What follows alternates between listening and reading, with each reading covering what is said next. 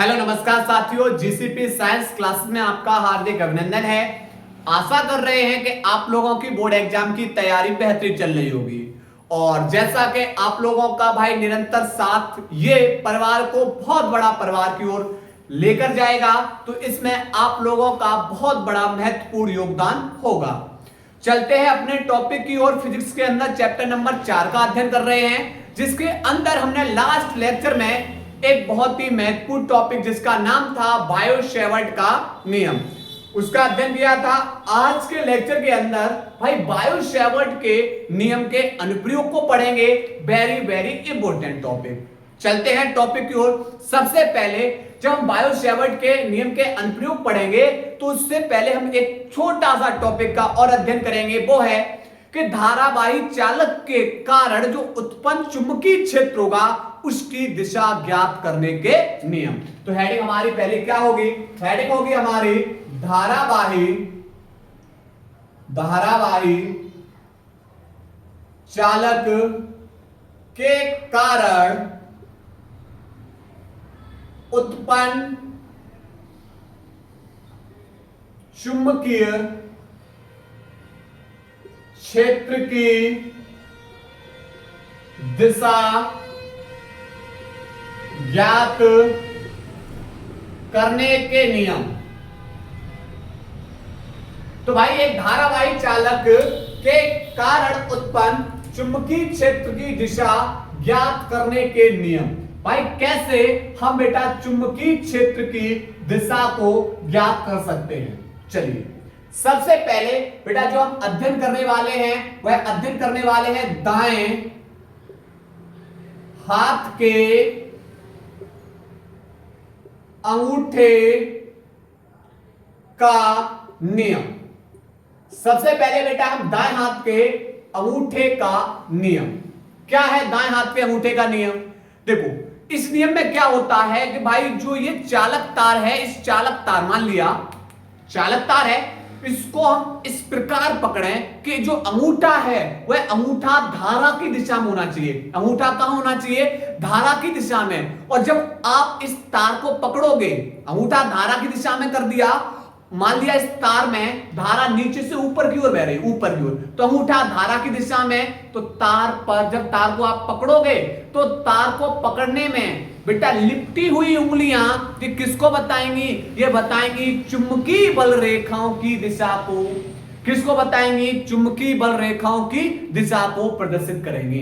तो आपने क्या समझा? आपने समझा कि इस नियम में कि चालक तार को इस प्रकार पकड़ें कि भैया अंगूठा धारा की दिशा में तथा तार पर लिपटी हुई उंगलियां चुंबकीय बल रेखाओं की दिशा को प्रदर्शित करेंगी। चलिए लिखते हैं इसमें बेटा, लिखेंगे इसमें कि इस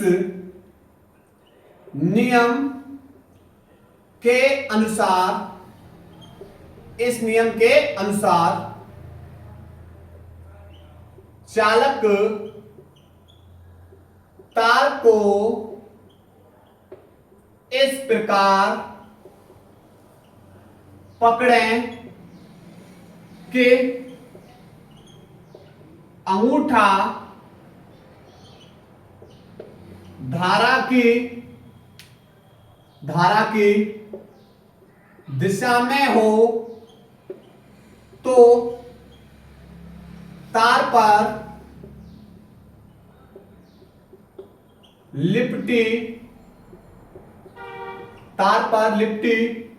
उंगलियां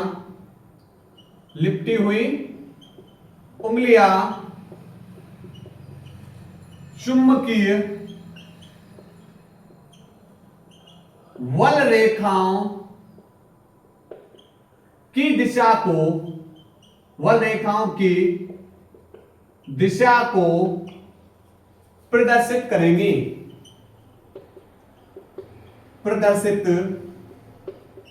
करेंगी। ओके, तो ये बेटा यहां पर जैसे मान लिया यह एक तार है, इस तार में बेटा धारा ऊपर की ओर बह रही है। एक तार हमने ये ले लिया, इस तार में धारा नीचे की ओर बह रही है। तो अब मुझे बताना भैया चुंबकीय बल रेखाओं की दिशा। समझो, जब तार में बेटा धारा ऊपर बह रही है तो अंगूठा धारा की दिशा में तार पर, जब बेटा तार पर लिपटी हुई उंगलियां, तार पर लिपटी हुई उंगलियां चुंबकीय बल रेखाओं की दिशा, अर्थात इस तरीके से। चलिए, तो यहां पर इसका आधा सर्कल बना लीजिए, यानी कैसे, यहां से देखो इस तरीके से घूमेंगे, यूं करके इस तरीके से आधा सर्कल, ठीक है। अब इसको क्या कर लो, पूर्ण कर लीजिए इस तरीके से, ठीक। ऐसे ही बेटा अंगूठा धारा की दिशा में, तार पर लिपटी हुई उंगलियां चुंबकीय बल रेखाओं की दिशा में, इस तरीके से, ठीक है। तो ये बेटा हमारा कौन सा नियम हो गया, ये बेटा दाएं हाथ के अंगूठे का हमने पहला नियम पढ़ लिया। अब दूसरा बेटा क्या है भाई, दूसरा नियम क्या है, चुंबकीय क्षेत्र की दिशा को ज्ञात करने के लिए दूसरा नियम। तो बेटा दूसरा नियम है मैक्सवेल का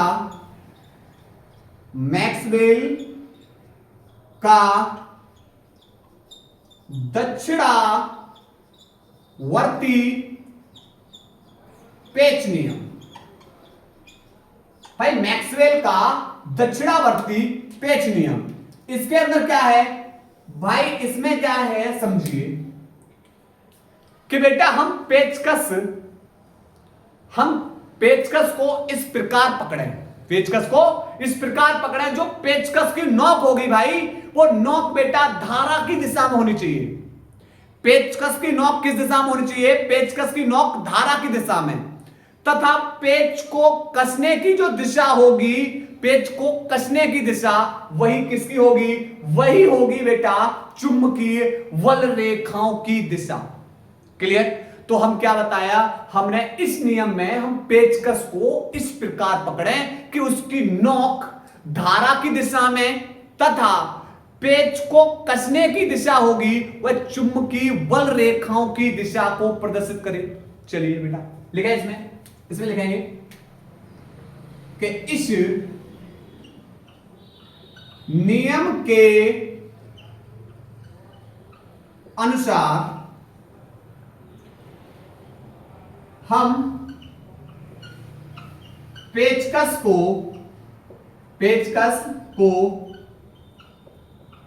इस प्रकार पकड़ें कि पेचकस की नोक धारा की दिशा में हो तो पेच को कसने की दिशा चुंबकीय बल रेखाओं की दिशा को प्रदर्शित करेगी। ओके, नोट करिए बेटा इसको, इसके बाद आगे बेटा पढ़ा रहे हैं, नोट करिए। इसके बाद बेटा अगला बेटा हम पढ़ने वाले हैं नंबर 3, दाएं हाथ की हथेली का नियम संख्या 1। दाएं हाथ की हथेली का नियम संख्या 1। इसके अंदर की कहानी क्या होगी कि हम अपने दाएं हाथ के पंजे को इस प्रकार फैलाएं। भैया ये दाएं हाथ है, सीधा दाएं हाथ के पंजे को इस प्रकार फैलाएं कि अंगूठा जो चालक है उस चालक में बहने वाली धारा की दिशा में हो, अंगूठा चालक में बहने वाली धारा की दिशा में हो तथा उंगलियां उस बिंदु को संकेत करें जिस दिशा में बेटा, जिधर हमें चुंबकीय क्षेत्र की दिशा को ज्ञात करना है। तो हथेली के लंबवत बाहर की ओर, हथेली के लंबवत बाहर की ओर चुंबकीय क्षेत्र की दिशा होगी। किसकी होगी? चुंबकीय क्षेत्र की दिशा। पर ध्यान रखना है कि भैया ये अंगूठा और जो ये हमारे शेष बची हुई उंगलियां हैं, ये इनके बीच में बेटा ये कैसा हो, 90 अंश का कोण हो, अर्थात एक दूसरे कैसे हो, लंबवत होनी चाहिए। कैसे होनी चाहिए, लंबवत। तो क्या बताया, हम अपने दाएं हाथ के पंजे को इस प्रकार फैलाएं कि अंगूठा तथा शेष उंगलियां कैसी हो, एक दूसरे के लंबवत हो। अंगूठा चालक में बहने वाली धारा की दिशा में, धारा दिशा में, तथा उंगलियां उस बिंदु की ओर संकेत करें जिधर चुंबकीय क्षेत्र को ज्ञात करना है। तो हथेली के लंबवत बाहर की ओर जो धक्का देने की दिशा होगी, उस दिशा में चुंबकीय क्षेत्र की दिशा होगी। क्लियर। जैसे मान लिया यह बेटा एक चालक तार है जिसमें धारा I प्रवाहित हो रही है और यह बिंदु P है, इधर हमें चुंबकीय क्षेत्र की दिशा ज्ञात करनी है। अब मुझे बताना है बेटा कि भाई चुंबकीय बल किधर लगेगा। तो अंगूठा धारा की दिशा में कर दीजिए, उंगलियां उस बिंदु की ओर संकेत करें जिधर आपको चुंबकीय क्षेत्र ज्ञात करना है। हथेली बताएगी भैया चुंबकीय बल रेखा किधर होंगी। तो देखो, अंगूठा धारा दिशा में, उंगलियां उधर, हथेली दिशा बेटा किधर है, हथेली के धक्का देने की दिशा होगी, वही होगी चुंबकीय क्षेत्र की दिशा। अर्थात बेटा यहां पर किधर होगी, इसके अंदर। ठीक है। मान लिया है एक तार है, तार में धारा नीचे बह रही है, बिंदु P इधर है। तो अब देखिए, अंगूठा धारा की दिशा में, उंगलियां उस ओर संकेत कर दीजिए जिधर बेटा तुम्हें क्या ज्ञात करना है, चुंबकीय क्षेत्र की दिशा ज्ञात करनी है। अब बताइए हथेली की दिशा बेटा किधर है, बाहर की ओर। धक्का देने दिशा किधर है, बाहर की ओर। तो यहां पर चुंबकीय बल रेखा दिशा बेटा, चुंबकीय बल किधर लगेगा, बाहर की ओर। ठीक। तो इसमें लिखेंगे बेटा, लिखेंगे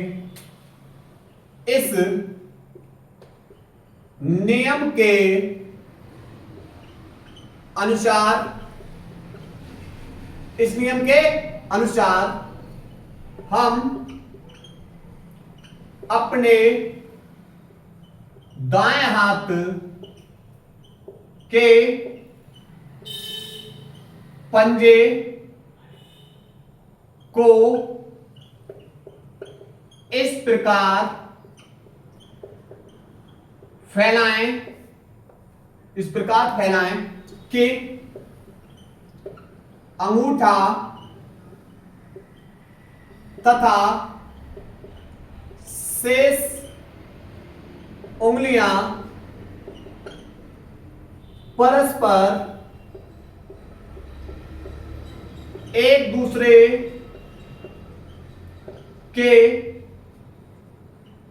के लंबवत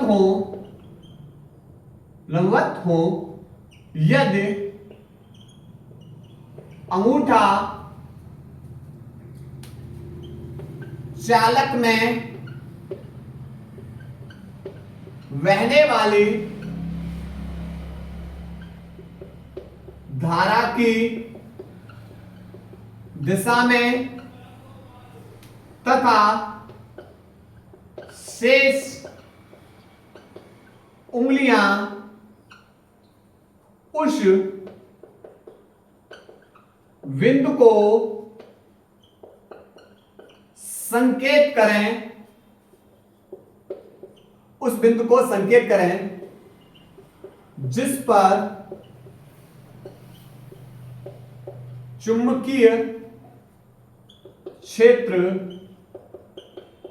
ज्ञात करना है। तो हथेली के लंबवत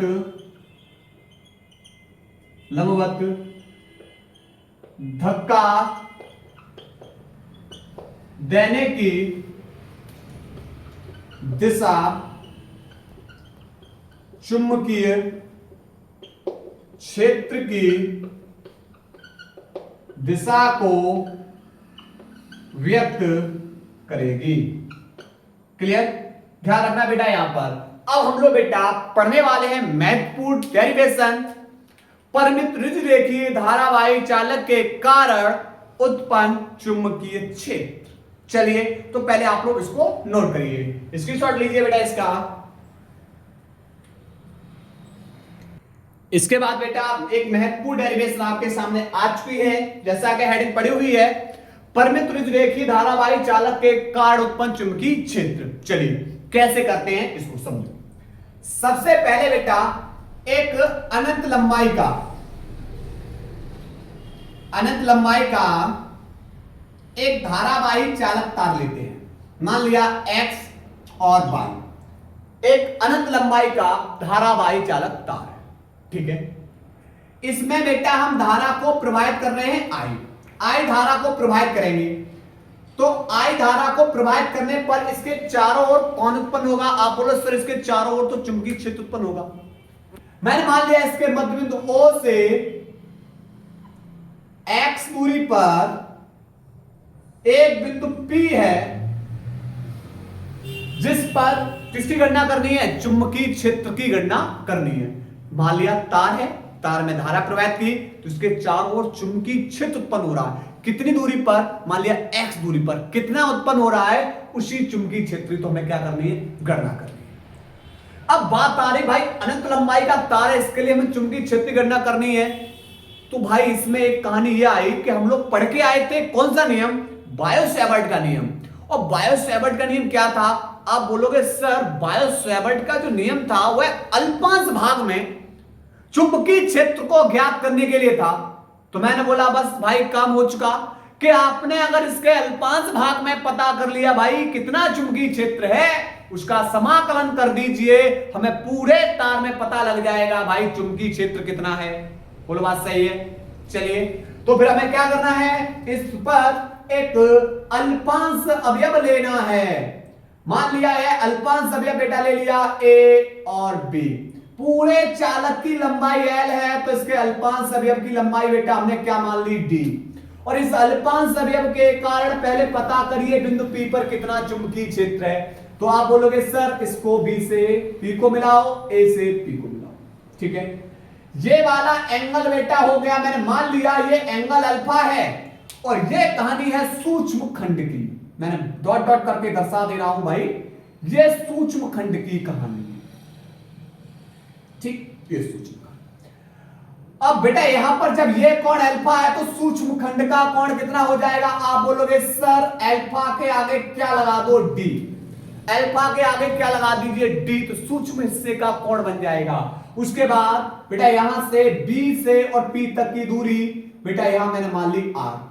लेकिन बेटा एक बात बताओ, एक इंसान यहां से चल रहा, एक पर्सन यहां से चल रहा, क्या दोनों की दूरियां बराबर है? आप बोलोगे कतई नहीं बराबर है। फिर दूरियां बराबर करने के लिए इस पे हमें डालना होगा लंब को। तो यहां से यहां तक की दूरी और यहां से यहां तक की दूरी कैसे हो जाएगी? बराबर। तो हम इस पे बेटा एक लंब डाल रहे हैं। ये लंब हमने कौन सा डाल दिया? C। ठीक है, यहां तक क्लियर? अब बेटा मैंने मान लिया ये वाला जो एंगल है ये एंगल थीटा है, तो ये एंगल कितना होगा? अगर ये एंगल थीटा है, ये एंगल थीटा है तो ये एंगल कितना होगा? आप बोलोगे एक सरल रेखा, आप इस पे 180 अंश का कोण होता है, इसमें अगर ये थीटा है तो 180 में से थीटा घटा दो तो कितना बचेगा? 180 माइनस के थीटा। कितना बचेगा? 180 माइनस के थीटा। ठीक, सूक्ष्म खंड के लिए बेटा हम क्या लगाएंगे? कॉस। और इसके लिए बेटा सूक्ष्म खंड से बाहर है इसलिए हम इसमें क्या लगाएंगे? साइन। बहुत सही, सूक्ष्म खंड के लिए साइन, सूक्ष्म खंड के लिए साइन, और सूक्ष्म खंड से बाहर है तो क्या लगाएंगे? कॉस। इसमें आपको क्या त्रिभुज दिखाई दे रहे हैं? आप बोलो सर 1 2 और त्रिभुज कितने दिखाई दिए हमें? 3। तो सबसे पहले त्रिभुज हल करेंगे। त्रिभुज ABC, त्रिभुज ABC। चलिए तो भाई त्रिभुज को बाहर निकाल ले, पहले त्रिभुज को बाहर निकाल लो बेटा। ये A है, ये B है और ये C है। ये एंगल आपको दे रखा है 180 माइनस के थीटा, ठीक है। और ये वाली दूरी A से और B तक की दूरी बेटा अल्पांश भाग की है D है। अब बताओ, आप बोलो सर थीटा के सामने वाली भुजा होती है वो सदैव कौन सी होती है? लंब। ये एंगल 90 है क्योंकि जहां आपको L आकृति के रूप में मिलेगा, अगर इसको सीधा कर लो तो कुछ इस तरीके से एंगल कितना हो जाएगा? 90। तो 90 अंश के सामने वाली भुजा कौन सी हो जाएगी? कर्ण। तो बचा वो कौन हो जाएगा? आधार। क्लियर? तो यहां से बेटा क्या होगा? तो यहां से साइन थीटा बराबर होता है लंब बट्टे कर्ण। साइन थीटा बराबर क्या होता है? लंब बट्टे कर्ण। चलिए तो लगा रहे हैं भाई, साइन थीटा की जगह थीटा की जगह कितना लगाओगे 180 माइनस के थीटा, थीटा की जगह लगाओ 180 माइनस के थीटा बराबर बेटा यहां पर लंब, तो आप बोलोगे सर ये लंब वाली भुजा, तो हमें लंब कहां दिखाई दे रहा है इस बीसी भुजा पे, तो लंब हमारी बीसी बट्टे कर्ण, कर्ण कहां दिखाई दिया इस त्रिभुज के अंदर, आप बोलो सर ए बी भुजा की ओर कर्ण दिखाई दिया, तो बट्टे A B sine 180 minus theta equal to sine theta बराबर बेटा बीसी तो पता नहीं, बट्टे कर्ण, कर्ण वाली भुजा ए बी है और ए से बी तक की दूरी डीएल है, लगा दो, डीएल भाग में है दूसरी ओर जाके गुणा में, तो डीएल साइन थीटा बराबर किसके हो जाएगा बीसी के, बराबर किसके हो जाएगा बीसी के, और इसको समीकरण नंबर हमने क्या बना दिया एक, कितना बना दिया समीकरण नंबर एक। तो पहला त्रिभुज बेटा समझ में आया, अब दूसरे त्रिभुज की कहानी समझ रहे हैं। दूसरा त्रिभुज बेटा लेंगे त्रिभुज बीपीसी में, त्रिभुज बीपीसी में त्रिभुज बाहर निकाल ले रहे हैं, ये रहा बेटा, इसका जो सूक्ष्म खंड है कौन है डी अल्फा, यहां बी है, पी है, सी है, ठीक है, और ये वाली दूरी बेटा कितनी है आर, यह दूरी कितनी है आर। चलिए फिर से भाई कहानी कि बताओ भैया इसके अंदर कौन कर्ण है, कौन लंब है और कौन आधार, तो आप बोलोगे सर ये जो थीटा दिखाई दे रहा है ये कौन दिखाई दे रहा है, कौन के सामने वाली भुजा होती है लंब, आप बोलो सर ये 90 अंश है, इसके सामने वाली भुजा दिखाई दे रही है कर्ण, तो जो बचेगा वो बच्चे कौन बचेगा, आप बोलो सर ये तो आधार, कौन बचेगा आधार, लगाइए साइन थीटा, क्योंकि सूक्ष्म खंड के लिए साइन, और साइन थीटा की जगह बेटा डी अल्फा बराबर लंब, लंब वाली भुजा, लंब कहां लिखा हुआ है बीसी भुजा पे, बट्टे कर्ण कहां लिखा हुआ है, आप बोलो बीपी भुजा पे, लेकिन आप बोलो सर सूक्ष्म खंड में, सूक्ष्म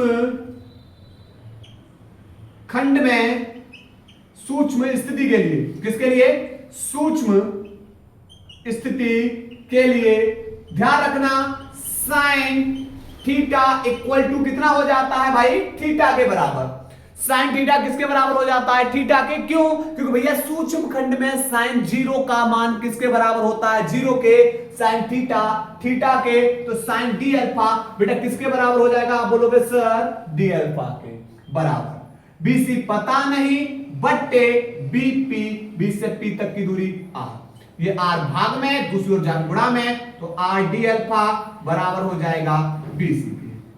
समीकरण नंबर बेटा इसे बना दो 2, ठीक है। चलिए अब इसके बाद आगे आप बोलोगे सर समीकरण 1 की आरएचएस में बीसी है, समीकरण 2 की आरएचएस में बीसी है, और भैया आरएचएस बराबर हैं तो किसको बराबर कर लो एलएचएस को, जब आरएचएस बराबर हैं तो किसको बराबर कर लीजिए एलएचएस को, तो आप बोलोगे sir D L sine theta बराबर हो जाएगा आर डी अल्फा के, डी एल साइन थीटा बराबर हो जाएगा आर डी अल्फा के, ठीक है। अब ये दो त्रिभुज अलग होने के बाद अब त्रिभुज तीसरा लेंगे, त्रिभुज तीसरा, त्रिभुज बी पी ओ में, त्रिभुज बी पी ओ में, त्रिभुज बी पी ओ में, चलिए क्या लगाओ त्रिभुज बी पी ओ में लगाएंगे, त्रिभुज बाहर निकाल लो, ये कौन अल्फा पी और यहां पर ओ बी, ये दूरी आर, ये दूरी एक्स। चलिए सबसे पहले लंबकर्ण आधार पहचानो, तो आप बोलोगे सर जो अल्फा के सामने वाली भुजा है वो लंब है, ये 90 अंश है, इसके सामने वाली भुजा वो कर्ण है, जो बचेगा वो कौन बचेगा आधार, जब ये बेटा बचेगा तो अब बस बेटा ये कौन बेटा सूक्ष्म, ये त्रिभुज सूक्ष्म खंड से बाहर है, तो अब इसमें क्या लगाएंगे कॉस, तो लगाएंगे कॉस थीटा बराबर क्या होता है आधार वट्टे कर्ण, तो कॉस बेटा थीटा की जगह अल्फा बराबर आधार, आधार बेटा हमारा ओपी है, कर्ण कौन सी भुजा पे लिखा हुआ है कर्ण बीपी भुजा पे लिखा हुआ है, तो लगाएंगे कॉस अल्फा बराबर ओपी, ओ से पी तक की दूरी x है, बट्टे यहां पर बीपी, बी से पी तक की दूरी r। तो आप बोलो सर ये x को क्या करे, ये x गुणा में दूसरी ओर जाके भाग में, तो cos अल्फा बट्टे x बराबर 1/r। इसको समीकरण नंबर 4, इसको क्या बना रहे हैं समीकरण नंबर 4, और इसको बना दे रहे समीकरण नंबर 3। यहां तक की कहानी क्लियर, ठीक। अब लगाएंगे बेटा, अभी तो सिर्फ हमने त्रिभुज को हल किए थे, पहला दूसरा तीसरा त्रिभुज, अब आ रहे सूक्ष्म खंड की बात। तो चलिए अब लगाते हैं बेटा वायो-सैवर्ट का नियम। वायो-सैवर्ट के नियम से क्या है वायो-सैवर्ट का नियम? तो वायो-सैवर्ट का नियम आप बोलोगे कि भैया यहां पर होता है क्या कि dv बराबर μ0 अपॉन 4 पाई IDL sin थीटा बट्टे r स्क्वायर। चलिए हमने आपसे बोला भाई आप एक समीकरण में जाइए, कौन से वाले समीकरण? समीकरण नंबर 3 के अंदर, समीकरण 3 में। आप बोलो समीकरण 3 में ऐसा क्या है? ऐसा ये है कि dl sin theta equal to rd alpha, और यहां पर भी देखिए बेटा क्या मिला आपको dl sin थीटा। तो आप बोलो सर ये dl sin थीटा है, बराबर करो किसके? rd अल्फा के। चलिए तो dv बराबर μ0 upon 4 pi i, dl sin theta बराबर कर दिया rd अल्फा बट्टे नीचे कौन है r स्क्वायर। अब आप बोले सर क्या r से r कैंसिल होगा? बिल्कुल भैया, r से r स्क्वायर हट जाएगा, क्योंकि स्क्वायर का मतलब r 2 बार है। तो यहां से dv बराबर μ0 upon 4 pi i d alpha, इसे लिख सकते हो 1/r। तो आप बोलो सर ऐसा क्यों लिखा? क्योंकि हम बोल रहे हैं आपसे बेटा जाओ समीकरण 4 से, पहुंचो समीकरण 4 में, ये रहा समीकरण 4। आप बोलोगे कि भैया 1/r बराबर है cos अल्फा बट्टे x।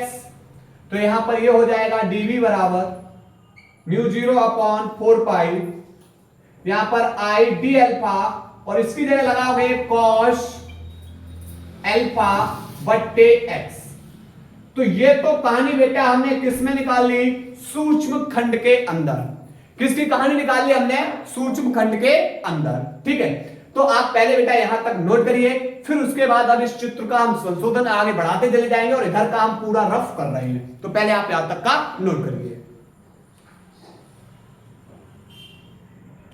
देखो बेटा कहां से कहां तक बेटा ये सूक्ष्म खंड का चुंबकीय क्षेत्र इतना था जो अभी यहां पर हल किया था, ठीक है। अब कहानी ये आ रही कि भैया हमें एक निश्चित दूरी तक बताना है। मान लिया मुझे बेटा जो चुंबकीय क्षेत्र बताना है वह मान लिया S से T तक बताना है, S से T तक एक निश्चित दूरी तक। तो आप बोलोगे इस बिंदु से इधर से मिलाओ T से, और S से बिंदु P को मिलाओ। तो आप बोलोगे एक त्रिभुज बन गया, त्रिभुज OPT में बेटा ये वाला जो एंगल बनेगा, मैंने मान लिया ये वाला एंगल कौन सा मान लिया? φ1। दूसरा बेटा मूल बिंदु से ऊपर बेटा त्रिभुज OPS के अंदर बेटा एक एंगल ये बन जाएगा, इसको हमने एंगल क्या मान लिया? φ2। तो आपको चुंबकीय क्षेत्र कहां से कहां तक बताना है? आपको चुंबकीय क्षेत्र φ1 से φ2 तक। तो यहां पर बताना है φ1 से φ2 तक चुंबकीय क्षेत्र। तो आप बोलोगे सर ये वाला जो सूक्ष्म हिस्सा है, ये वाला जो सूक्ष्म हिस्सा है, इसका समाकलन कर दो। इसका क्या कर दो? समाकलन। लेकिन भैया कहां से कहां तक निकालना है? φ1 से φ2 तक। लेकिन आप बोलोगे सर ये जो मूल बिंदु है, मूल बिंदु से नीचे की दूरी है ऋणात्मक, और ऊपर बेटा कैसा होता है? धनात्मक होता है। तो भैया यहाँ पर जो φ1 है वो मूल बिंदु से नीचे वाले में आ रहा है एंगल, इसलिए यहां पर माइनस का चिन्ह आएगा। चलिए φ1 से φ2 तक समाकलन होगा बेटा। यहां से लगाओ dv का मान, dv का मान निकाला आपने μ0 अपॉन 4 पाई id अल्फा cos अल्फा और बट्टे x, जो कांस्टेंट है उसे बाहर निकालना। कौन कौन है? μ0 अपॉन 4 पाई, i बाहर निकाल रहे हैं, बट्टे x। समाकलन बेटा केवल होगा किसका? cos अल्फा का, किसके सापेक्ष? d अल्फा के। कहां से? φ1 से φ2 तक, नीचे माइनस का φ1 से प्लस के φ2 तक, ठीक। तो यहां से क्या होगा, mu 0 upon 4 pi I upon x. बेटा यहां पर ये जो आपको कॉस अल्फा दिखाई दे रहा है ना, वो बदल जाएगा किसके अंदर, वह बदल जाएगा साइन अल्फा के अंदर। कॉस अल्फा का डी अल्फा के सापेक्ष समाकलन साइन अल्फा, लेकिन इस पे लिमिट लगी हुई है तो आप भी लिमिट लगा दो, माइनस के 5 से और प्लस के 5 तक। अब क्या करना है, ऊपर वाली लिमिट में से बेटा नीचे वाली लिमिट को घटा दीजिए। किसकी जगह रख के, इस अल्फा की जगह रख के। तो रखेंगे mu 0 upon 4 pi I upon X sine alpha की जगह 5 2 माइनस, ये माइनस का चिन्ह आगे ले लो, साइन अल्फा की जगह 5 1। तो आप बोलोगे सर ये बेटा जो माइनस और माइनस क्या हो जाएगा, प्लस हो जाएगा, तो कहानी थोड़ी सी बदलेगी। b बराबर हो जाएगा mu 0 upon 4 pi I upon X sine 5 2 plus sine 5। ठीक, और ये हमने बेटा निकाल लिया 5 1 से 5 2 तक का चुंबकीय क्षेत्र। लेकिन हमें कहां तक बताना है, अनंत तक, यानी x और इधर बेटा कौन y। अब सुनो, कहानी ये होगी कि भैया ये वाली जो दूरी है, तार की लंबाई अनंत तक है, और इस तार को बेटा जब अनंत तक ले जाएंगे तो ये वाली दूरी है वो भी कैसे होती जाएगी, बढ़ती जाएगी। भैया तार बढ़ाते चले जाओगे, ये वाली दूरी बेटा क्या होती जाएगी, बढ़ती जाएगी, और एक स्थिति ऐसी आ जाएगी, अनंत पे स्थिति ऐसी आ जाएगी, ये दूरी बराबर हो जाएगी इसके लगभग। और जब ये दूरी इसके बराबर हो जाएगी, बिंदु P इधर रहा, ऊपर बेटा एंगल फाइ 1 बेटा कितना हो जाएगा, फाइ 2 बराबर 90 और फाइ 1 बराबर बेटा किसके हो जाएगा, 90 के, लंबवत स्थिति में आ जाएगा। ठीक, तो यहां से हमें बताना है, कहां से, x से y तक चुंबकीय क्षेत्र। तो ऐसी स्थिति में जो फाइ 1 है और फाइ 2 है, दोनों बेटा कितने पे पहुंच जाएंगे, 90 अंश पे। क्योंकि बेटा ये दूरी बढ़ाते चले जाओगे, ऊपर ये दूरी बढ़ाते चले जाओगे, तो इसके साथ साथ ये दूरी बढ़ती चली जाएगी ऐसे, और एक स्थिति ऐसी आ जाएगी, ये दूरी बराबर हो जाएगी इस वाले तार की। तो यहां पर इसलिए यहां पर फाइ 1 फाइ 2 90, तो b बराबर mu 0 upon 4 pi I upon X sign phi 2 की जगह 90 प्लस साइन फाइ 1 की जगह 90। आप बोलो सर साइन 90 का मान 1 कितना होता है, 1। तो b बराबर mu 0 upon 4 pi I upon x कोष्टक में 1 प्लस 1, तो 1 और 1 कितना हो जाएगा, 2। तो b बराबर म्यू 0 अपॉन 4 पाई 2i अपॉन एक्स। और चुंबकीय क्षेत्र का मात्रक क्या होता है बेटा, टेस्ला। क्या होता है, टेस्ला।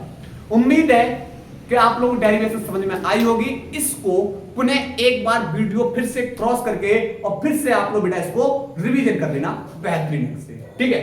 अब इस चित्र के बारे में थोड़ा सा कैसे लिखोगे, लिखना समझना कैसे लिखोगे, खुद लिखना आप लोग कैसे, कि माना एक चालक तार XY है जिसमें धारा I प्रवाहित हो रही है, जिसमें धारा I प्रवाहित हो रही है। इस तार के मध्य बिंदु O से x दूरी पर एक बिंदु P स्थित है जिस पर चुंबकीय क्षेत्र की गणना करनी है।